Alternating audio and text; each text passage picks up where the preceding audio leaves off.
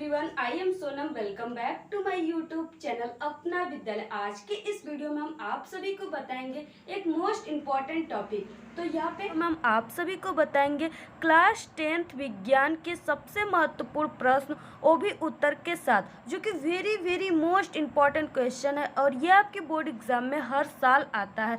अगर आप भी चाहते हो कि इस बार बोर्ड एग्जाम में साइंस में 95% से पार नंबर लाने के लिए, तो आप लोग इस वीडियो को बिना स्किप के एंड तक देखिएगा। तो यहाँ पे देखिए, जितने भी हमारे क्वेश्चन है वो बहुत ही इंपॉर्टेंट क्वेश्चन है और 100% गारंटी है कि ये क्वेश्चन आपके बोर्ड एग्जाम में जरूर आएंगे, हर साल आते भी हैं। ठीक है, तो यहाँ पे देखिए, हम जितने भी आप सभी को क्वेश्चन बताएंगे उसके आंसर को बिल्कुल प्रैक्टिकली एग्जाम्पल के साथ, और जिस क्वेश्चन में रिएक्शन की आवश्यकता रहेगा, यहाँ पे हम आप सभी को बिल्कुल रिएक्शन को बहुत ही आसान तरीके से बताएंगे। ठीक है, तो यहाँ पे हम आप सभी को ऐसे क्वेश्चन का आंसर बताएंगे जैसे कि आपको सिर्फ इसी वीडियो में ही वो याद हो जाएगा। ठीक है, यानी इतने सरल तरीके से और इतने ट्रिक और टिप्स के साथ बताएंगे। तो यहाँ पे देखिए, हमारा फर्स्ट क्वेश्चन क्या है। इससे पहले कि आप लोग वीडियो को देखिए, ज़्यादा से ज़्यादा अपने सभी दोस्तों में शेयर कीजिए, और आपके पास टाइम बिल्कुल भी नहीं है, अभी से ही आप लोग पढ़ना स्टार्ट कर दीजिए, नहीं तो आप लोग बहुत पछताओगे समय बीतने के बाद। तो यहाँ पे देखिए क्या है कि क्वेश्चन फर्स्ट क्या है। ठीक है, जब लोहे की कील को, ठीक है, कॉपर सल्फेट के विलयन में क्या किया जाता है, डुबाया जाता है, तो विलयन का रंग जो होता है, कलर, वो क्यों बदल जाता है। ठीक है, इस तरह से हमारे क्वेश्चन में पूछ रखा है।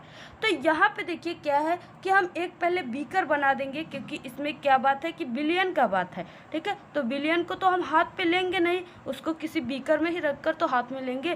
तो यहाँ पे देखिए हम क्या किए कि यहाँ से इसमें क्या किए कि यहाँ पे क्या कहा है कि जब लोहे की कील को, ठीक है, कॉपर सल्फेट, तो यहाँ पे देखिए जो कॉपर सल्फेट है, इसका आपको फार्मूला भी तो याद होना चाहिए। ठीक है, तो यहाँ पे देखिए CuSO4, ये क्या है, कॉपर सल्फेट है। ठीक है, क्या है, कॉपर सल्फेट।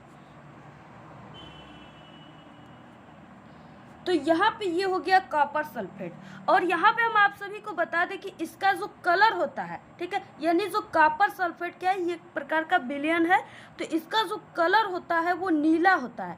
कैसा होता है, ब्लू होता है। ठीक है, इसका कलर ब्लू होता है। तो यहाँ पे हमने अब क्या किया कि जब लोहे की कील, अब यहाँ पे देखिए लोहा का रखा है, तो यहाँ पे इसका क्या होता है, Fe। ठीक है, यानी ये आयरन का सूत्र है, इसे फेरस भी कहते हैं। तो यहाँ पे देखिए, जब लोहे की कील को कॉपर सल्फेट के विलयन, यानी ये जो हमारा सॉल्यूशन है, ये किसका है, CuSO4, ये क्या है, कॉपर सल्फेट है। ठीक है, इसका रंग क्या है, नीला है। तो यहाँ पे हमने एक बीकर में कॉपर सल्फेट का सॉल्यूशन लिया। अब इसमें हमें क्या करना है कि यहाँ पे लोहे की कील को क्या करा है, इसमें डुबो रहा है। तो यहाँ पे जैसे Fe का कोई कील है, ठीक है, यहाँ पे हमने एक कील को बना दिया है। आपके घर में जैसा भी कील है यहाँ पे आप लोग बना लीजिए, हमारे घर में ऐसा ही कील होता है। तो यहाँ पे हमने एक कील को इस तरह से बना दिया। ठीक है, तो ये क्या है कि लोहे का कील है, किसका है, Fe मीन्स की आयरन का है। ठीक है, लोहे का। तो यहाँ पे इस कील को हमने क्या किया, जब इस सॉल्यूशन में डुबोया, ठीक है, इस सॉल्यूशन में क्या कर दिया, Fe को, यानी कि इस कील को क्या कर दिया, डुबो दिया इस तरह से। तो यहाँ पे जब हमने इसको डुबोया, तो यहाँ पे क्या हुआ कि जो Fe है, ठीक है, Fe क्या होता है कि जो ये आयरन होता है ना, ये Cu होता है, यानी कॉपर, यानी कि जो Fe है, ठीक है, यहाँ पे देखिए लोहा जो होता है वो कॉपर की अपेक्षा अधिक सक्रिय धातु है। क्या है, यानी कि जो Fe है ये क्या है, लोहा है। ये क्या है कि लोहा जो है ये कॉपर के अधिक अपेक्षा क्या, अधिक सक्रिय है। ठीक है, जैसे यहाँ पे देखिए ये लोहा हो गया, ठीक है, और यहाँ पे ये कॉपर हो गए, तो ये दो क्या हो गए, ये दो स्टूडेंट हो गए। ठीक है, तो यहाँ पे हमने क्या किया, एक का नाम लोहा और एक का कॉपर रख दिया। अब इन दोनों स्टूडेंट से हमने कोई एक क्वेश्चन पूछा। ठीक है, तो यहाँ पे सबसे पहले जो जवाब देगा वो लोहा ही दे रहा है, और उसके बाद क्या कर रहा है, कॉपर दे रहा है। तो सबसे ज़्यादा एक्टिव और सक्रिय कौन है, लोहा है ना। तो यहाँ पे वही बात हो गया कि लोहा जो होता है वो कॉपर की अपेक्षा क्या है, अधिक सक्रिय धातु है, यानी किसी भी तत्व से ये काफ़ी जल्दी से रिएक्शन कर जाता है। ठीक है, इसलिए ये क्या, काफ़ी ज़्यादा एक्टिव है, इसमें एक्टिविटी है। ठीक है, तो यहाँ पे क्या है कि जैसे ही हम इस Fe यानी कि इस लोहे की कील को इस कॉपर सल्फेट के विलयन में डुबोते हैं, ठीक है, तो ये क्या करता है, जो Fe है, ठीक है, ये क्या करता है कि इस Cu यानी जो कॉपर है इसको क्या करता है कि विलयन से क्या कर देता है, विस्थापित कर देता है। विस्थापित का मतलब क्या हो गया, इसको निकाल देता है, ठीक है, विस्थापित कर देता है, यानी इसको क्या कर देता है, Cu को अपने विलयन से निकाल देता है, आउट कर देता है, ठीक है। तो अब इसको Cu को जब आउट कर दिया तो यहाँ पे SO4 बचा, इससे कौन फ्रेंडशिप कर लिया, इससे Fe जो है इससे फ्रेंडशिप कर लिया, तो ये क्या हो गया, FeSO4, ठीक है। और इसका जो नाम है वो क्या है, फेरस सल्फेट, फेरस सल्फेट, ये क्या है, फेरस सल्फेट। अब ये देखिए फेरस सल्फेट जो है इसका रंग जो होता है वो हरा होता है, कैसा होता है, हरा होता है, ठीक है। तो यहाँ पे आपको समझ में आ गया होगा कि यहाँ पे हमने जो लिया था कॉपर सल्फेट, इसका कलर क्या था, इसका कलर नीला था, लेकिन बाद में जो यहाँ पे लोहा है, आयरन है, वो क्या कर दिया, इसका कलर इसे रिएक्शन करके बदल दिया और वो कैसा हो गया, हरा हो गया, ठीक है। अब यहाँ पे आप लोग समझिए, ये तो हम आप सभी को प्रैक्टिकली समझाएं, इसके बाद अब यहाँ पे आप लोग समझिए, लोहा जो होता है वो कॉपर की अपेक्षा अधिक सक्रिय धातु, यहाँ पे हमने आप सभी को बताया वो स्टूडेंट वाला एग्जाम्पल से, ठीक है। फिर उसके बाद जब लोहे की कील को कॉपर सल्फेट के विलयन में डुबोया जाता है, जैसा कि यहाँ पे हमने क्या कर दिया, CuSO4 यानी कि जो कॉपर सल्फेट है इसमें क्या कर दिया, इस लोहे के कील को डुबो रहे हैं, ठीक है। यहाँ तक आप लोग समझ गए। डुबोया जाता है तो लोहा कॉपर को उस विलयन से क्या कर देता है, विस्थापित कर देता है, जैसा कि यहाँ पे हमने आपको बताया कि ये Cu क्या हो गया, आउट हो गया, इसको विस्थापित कर दिया Fe ने, ठीक है, कहा कि चलो भाई निकल जाओ, यहाँ पे तुम्हारा काम नहीं है, तो यहाँ पे ये क्या कर दिया, निकल गया। तो यहाँ पे क्या है कि कॉपर को उस विलयन से विस्थापित कर देता है कौन, लोहा, ठीक है, आयरन, Fe, फेरस। तो यहाँ पे उसके बाद जो यहाँ पे SO4 बचा होता है सल्फेट, तो इससे जो Fe है, आयरन है, जिसे फेरस कहते हैं, वो रिएक्शन करके क्या बना दिया, फेरस सल्फेट। तो यहाँ पे फेरस सल्फेट बना लेता है और इसका रंग जो होता है वो हरा हो जाता है, इसका रंग क्या हो जाता है, हरा हो जाता है। तो वही यहाँ पे कहा गया है कि यहाँ पे, ठीक है, जब लोहे की कील को कॉपर सल्फेट के विलयन में डुबोया जाता है तो विलयन का रंग क्या हो जाता है, बदल जाता है, तो वो कैसा हो जाता है, यानी नीला से हरा हो जाता है, कैसा हो जाता है, नीला से हरा हो जाता है, ठीक है। आई होप कि आपको ये क्वेश्चन काफ़ी अच्छे से समझ में आया होगा और आप लोग इसे भूलकर भी नहीं भूलेंगे।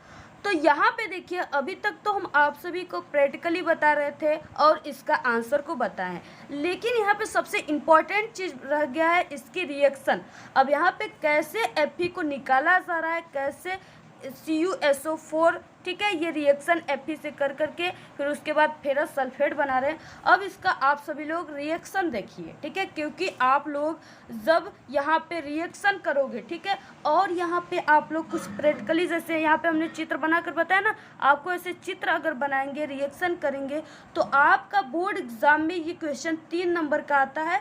आपका 3 नंबर से कम कोई भी नंबर आपको नहीं देगा, ये मेरी 100% गारंटी। जब इतना करेंगे तब सिर्फ आप लोग आंसर लिखकर छोड़ देंगे तो सिर्फ आपको 2 नंबर ही मिलेंगे और रिएक्शन करेंगे तभी आपको 3 नंबर मिलेंगे। तो यहाँ पे देखिए, अब हम आप सभी को यहाँ पे रिएक्शन बता देते हैं, ठीक है।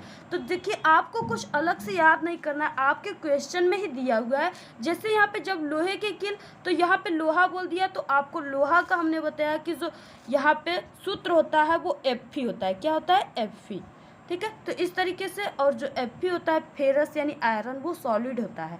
तो यहाँ पे आप लोग यस भी क्वेश्चन में लिख सकते हो। तो इस तरीके से Fe हो गया, और फिर उसके बाद 2 रिएक्शन यानी 2 तत्वों को जोड़ने के लिए क्या करते हैं, हम यहाँ पे प्लस का चिन्ह लगाते हैं। तो यहाँ पे प्लस कर दिया, फिर उसके बाद यहाँ पे क्या बोला है, कॉपर सल्फेट। तो इसका सूत्र आपको याद होना चाहिए, तो वो होता है CuSO4, इस तरीके से, ठीक है। तो यहाँ पे हो गया, और इसका कलर क्या है, नीला है। इसके बाद क्या है, ये क्या है, कॉपर सल्फेट, ठीक है। फिर उसके बाद यहाँ पे देखिए, आपको एरो इस तरीके से चिन्ह लगा देना है, तीर का निशान। अब इसके बाद हमने आप सभी को क्या बताया कि यहाँ पे जो Fe है, ठीक है, वो क्या कर देता है, इस Cu को क्या करता है, विलयन से निकाल देता है, जैसा कि हमने आपको बताया। तो यहाँ पे जब इस Cu को ये निकाल देगा तो यहाँ पे और क्या बचा, जैसे यहाँ पे आप लोग देख सकते हो, ठीक है, इस तरीके से यानी यहाँ पे हम क्या लिख सकते हैं, यहाँ पे SO4 बचा और यहाँ पे Fe, तो ये क्या हो गए FeSO4। ठीक है, दोनों को जोड़ देंगे तो क्या हो जाएगा FeSO4। और यहाँ पे जो अकेले बचे हुए वो क्या है, Cu है, इनसे कोई भी फ्रेंडशिप नहीं कर रहा है, तो यहाँ पे Cu क्या हो गया, अकेला बचा हुआ है। ठीक है, सॉलिड के रूप में।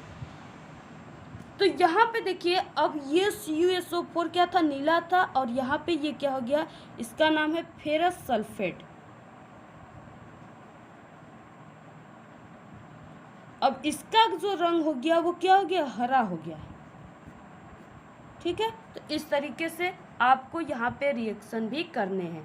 इसके बाद देखिए नेक्स्ट काफ़ी इंपॉर्टेंट क्वेश्चन है, और ये भी आपके बोर्ड एग्जाम में ऑलवेज आते हैं, और ये 3 नंबर का क्वेश्चन है। ठीक है, बहुत इंपॉर्टेंट क्वेश्चन है। यहाँ पे हम आप सभी को बिल्कुल प्रैक्टिकली बताएंगे।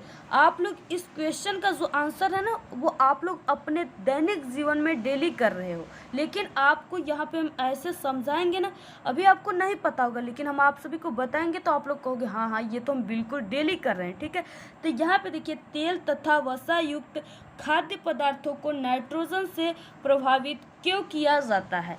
अब यहाँ पे देखिए क्या है कि तेल तथा वसा युक्त, यानी यहाँ पे क्या है, जैसे हम आप सभी को बता दें, यहाँ पे खाद्य पदार्थों के बारे में बात का है। ठीक है, इस और यहाँ पे बोला है कि नाइट्रोजन से प्रभावित क्यों किया जाता है। तो जैसे कि आप सभी लोग, ठीक है, आप सभी स्टूडेंट क्या है कि आप लोग कुरकुरे खाते होंगे। ठीक है, 10, 5 जितने का भी मिलता है जो कुरकुरे होता है, ठीक है, उसको आप लोगों ने खाते होंगे। और हो गया नमकीन, हो गया पैकेट का कोई भी नमकीन हो गया। ठीक है, वो सब तो आप लोग खाते ही होंगे ज़रूर, डेली नहीं तो आप लोग महीने 2 महीने में तो ज़रूर खा लेते होंगे। मम्मी पापा से कहते होंगे मम्मी पेन नहीं है पैसा दे दीजिए, नोटबुक नहीं है, ठीक है, बुक नहीं है पैसे दे दीजिए। पैसे वहाँ से मिल गए, आप लोग आए और यहाँ पे चिप्स नमकीन ये सब जो पैकेट के होते हैं 10 रुपये 5 रुपये के मिलते हैं ना, वो सब आप लोग खरीद के खा लेते हैं। ठीक है, तो वही जो आप लोगों ने यहाँ पे देखा होगा कि ये जो पैकेट होती है, ठीक है, जैसे कुरकुरे हो गए, नमकीन हो गए, उसके पैकेट आप लोग जब खरीदते होंगे तो देखते होंगे कि काफ़ी फूला हुआ नज़र आता है, यानी उसमें गैस भरे होते हैं। ठीक है, आप लोगों ने ये फील किया है कभी, ज़रूर देखा होगा आप लोगों ने। कुछ तो छोटे बच्चे जो होते हैं वो उसे बैलून समझ करके लगते हैं खेलने, और उसको ऐसे मारते हैं, वो क्या होता है, फूट जाता है और सारे कुरकुरे बिखर जाते हैं। ठीक है, तो वही जो उसमें हवा भरा होता है, जो गैस भरा होता है, वो गैस जो होता है वो नाइट्रोजन होता है। कौन होता है, नाइट्रोजन। महाराज उसे पहले से ही खा लेते फिर आप लोग खाते हो, यानी उसमें नाइट्रोजन गैस भरा होता है।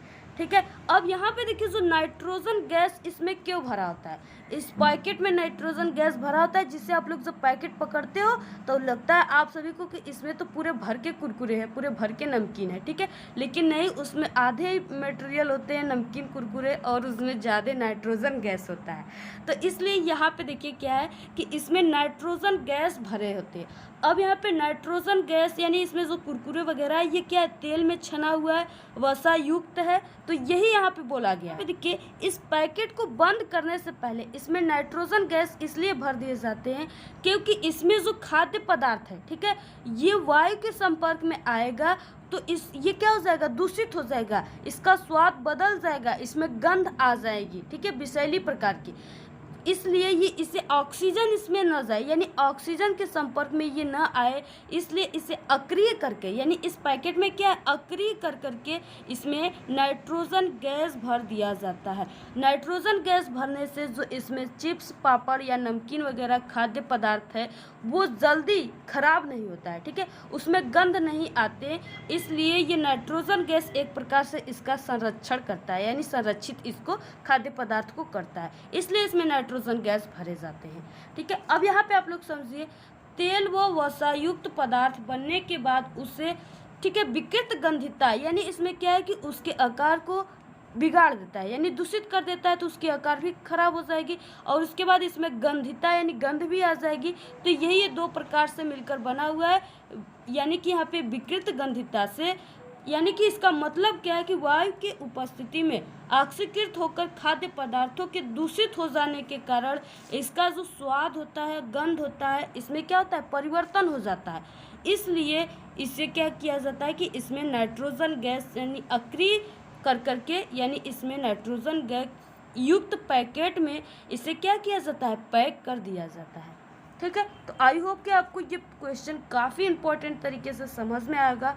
अब इसके बाद नेक्स्ट क्वेश्चन देखेंगे। इसी तरह आप लोगों को डेली वीडियो मिलेंगे, सिर्फ आप लोग वीडियो देखिए और अपने सभी दोस्तों में शेयर कीजिए, सपोर्ट कीजिए। इसके बाद देखिए नेक्स्ट वेरी मोस्ट इम्पॉर्टेंट जो क्वेश्चन है वो क्या है, जो कि आपके बोर्ड एग्जाम में हमेशा आता है। वो यहाँ पे क्या है कि विस्थापन एवं द्विविस्थापन अभिक्रियाओं में क्या अंतर है। ठीक है, यानी यहाँ पे विस्थापन और यहाँ पे द्विविस्थापन के बारे में पूछ रखा है। अब यहाँ पे देखिए हम आप सभी को काफ़ी रिएक्शन के साथ और इम्पॉर्टेंट तरीके से यहाँ पे हम आप सभी को बताएंगे। तो यहाँ पे देखिए सबसे पहले हम विस्थापन अभिक्रिया देखेंगे। ठीक है, अब यहाँ पे क्या है, विस्थापन अभिक्रिया पहले किसे कहते हैं ये आपको जानना बहुत ही ज़रूरी है। तो यहाँ पे देखिए विस्थापन अभिक्रिया में, ठीक है, एक तत्व यानी एक तत्व क्या करता है कि दूसरे तत्व को उसके लवण के विलयन से क्या कर देता है, विस्थापित कर देता है, यानी निकाल देता है। अब यहाँ पे देखिए हम आप सभी को बताएंगे रिएक्शन के माध्यम से कि कैसे किस प्रकार ये अभिक्रियाएं होती हैं। ठीक है, और ये कैसे निकाल रहा है। अब यहाँ पे देखिए जैसे हमने किसी तत्व को ले लिया, ठीक है, यहाँ पे ले लिया हमने जेडियन। ठीक है, जेडियन क्या है, जिंक है। जेडियन क्या है, जिंक है। ठीक है, आप लोग नोट कर लीजिए। फिर उसके बाद यहाँ पे जैसे हमने प्लस यहाँ पे CuSO4 ले लिया, यानी ये क्या है, कॉपर सल्फेट है। क्या है, कॉपर सल्फेट। ठीक है, जैसा कि हमने आपको नेक्स्ट में बताया है। अब यहाँ पे देखिए यहाँ पे एरो का चिन्ह लगाएंगे। अब तो यहाँ पे देखिए जो जेडियन है, ठीक है, वो क्या करता है कि इस Cu को क्या करता है कि SO4 यानी कॉपर सल्फेट के विलयन से निकाल देता है। ठीक है, यानी इस Cu को क्या कर देता है, अपने विलयन से निकाल देता है। यहाँ पे देखिए जो जेडियन है, ठीक है, यानी जो जिंक है, ये क्या करता है कि कॉपर सल्फेट के विलयन में से कॉपर जो है, ठीक है, Cu है, इसको क्या कर देता है, विस्थापित कर देता है।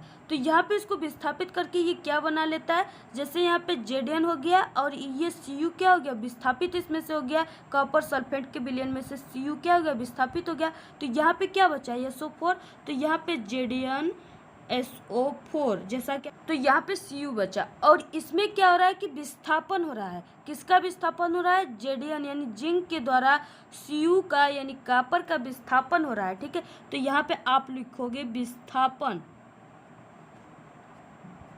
तो इस तरीके से क्या कर रहा है कि जिंक क्या है कि एक तत्व है, ठीक है, और यहाँ पे Cu जो है वो दूसरा तत्व है। तो ये क्या कर रहा है, जिंक क्या कर रहा है कि दूसरे तत्व को उसके लवण से यानी कॉपर सल्फेट के विलयन से क्या कर दे रहा है, विस्थापित कर रहा है, निकाल दे रहा है। ठीक है, तो इस तरीके से ये क्या बन गया, जिंक सल्फेट। ठीक है, इस तरीके से इसका नाम जिंक सल्फेट है, आप लोग नोट कर लीजिए। अब इसके बाद यहाँ पे दो क्वेश्चन इसमें दिया हुआ है, तो यहाँ पे अब द्विविस्थापन को भी तो देखना है हमें, द्विविस्थापन अपक्रिया को भी देखेंगे। द्विविस्थापन अपक्रिया में दो यौगिक के मध्य आयनों का आदान प्रदान होता है। ठीक है, यानी यौगिक के मध्य आयनों को लेन देन होता है, इस तरह से आप लोग समझ लीजिए। अब यहाँ पे हम आप सभी को बता दें कि इसमें क्या कहा रखा है कि यौगिक, ठीक है, यानी हम आप सभी को जो विस्थापन अपक्रिया बताए उसमें सिर्फ तत्वों का ही आदान प्रदान होता था और उसमें जैसे निकलना, ठीक है, तत्व एक तत्व दूसरे तत्व को निकालता था, विस्थापित करता था। लेकिन इसमें क्या है कि यौगिक को कर रहा है, यानी कंपाउंड को। अब यौगिक किसे कहते हैं, जिसमें दो या दो से अधिक तत्व सम्मिलित हो, ठीक है, उसे यौगिक कहते हैं। तो यहाँ पे देखिए अब हम ऐसे तत्व लेंगे जिसमें दो तत्व सम्मिलित होंगे। तो यहाँ पे जैसे हमने ले लिया BaCl2, ठीक है, BaCl2 ले लिया। इसके बाद यहाँ पे हमने ले लिया Na2SO4, ठीक है, यहाँ पे हमने Na2SO4 को ले लिया। अब इसके बाद देखिए यहाँ पे हम तीर का चिन्ह लगाते हैं। अब यहाँ पे अब क्या करेगा कि इसमें क्या होगा कि इसमें सिर्फ आयनों का ही आदान प्रदान होगा। ठीक है, किस तरीके से, अब यहाँ पे आप लोग देखिए, जैसे यहाँ पे Ba हो गया, ठीक है, तो ये Ba जो हो गया ये क्या करेगा, इस SO4 के साथ रिएक्शन करेगा। ठीक है, तो इसके साथ जब ये रिएक्शन करेगा तो यहाँ पे BaSO4 बना लेगा। ठीक है, क्या बना लेगा, BaSO4। अब बाकी यहाँ पे क्या क्या बचे हैं, यहाँ पे सोडियम बचा है और यहाँ पे क्लोरीन बचे हैं। ठीक है, दोनों के दो दो अणु है, यानी दो सोडियम के और दो क्लोरीन के। अब यहाँ पे हम इसको ऐसे कैसे लिखेंगे जिससे कि यहाँ पे ये बैलेंस भी हो जाएंगे। तो यहाँ पे देखिए हम सबसे पहले ये दोनों को मिलाकर NaCl, यानी ये क्या बन गया, सोडियम क्लोराइड। ठीक है, NaCl जो कि नमक का फार्मूला है।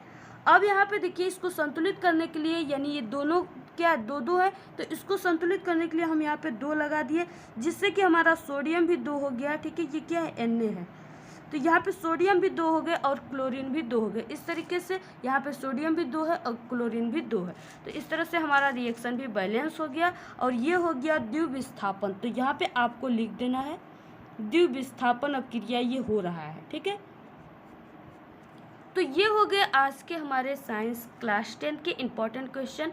आप सभी लोग इन जितने भी हम क्वेश्चन बताए सभी को तैयार कर लीजिए बिल्कुल आज ही। और इसी तरह और भी इम्पोर्टेंट क्वेश्चन के लिए आप लोग ज़रूर कमेंट कीजिए। और क्लास 10 के ऑल सब्जेक्ट की स्टडी हमारे चैनल पर कराई जाती है। आपको कोई भी टॉपिक चाहिए तो आप लोग तुरंत कमेंट कीजिए, उस पर आप सभी को वीडियो प्रोवाइड करा दिए जाएंगे। तो आपको वीडियो कैसा लगा? अगर वीडियो पसंद है तो एक बड़ा सा लाइक कर दे, चैनल पे नए तो सब्सक्राइब करके बेल आइकन को जरूर प्रेस कर दे, कमेंट करना बिल्कुल ना भूले। Thanks, all the very best, bye bye.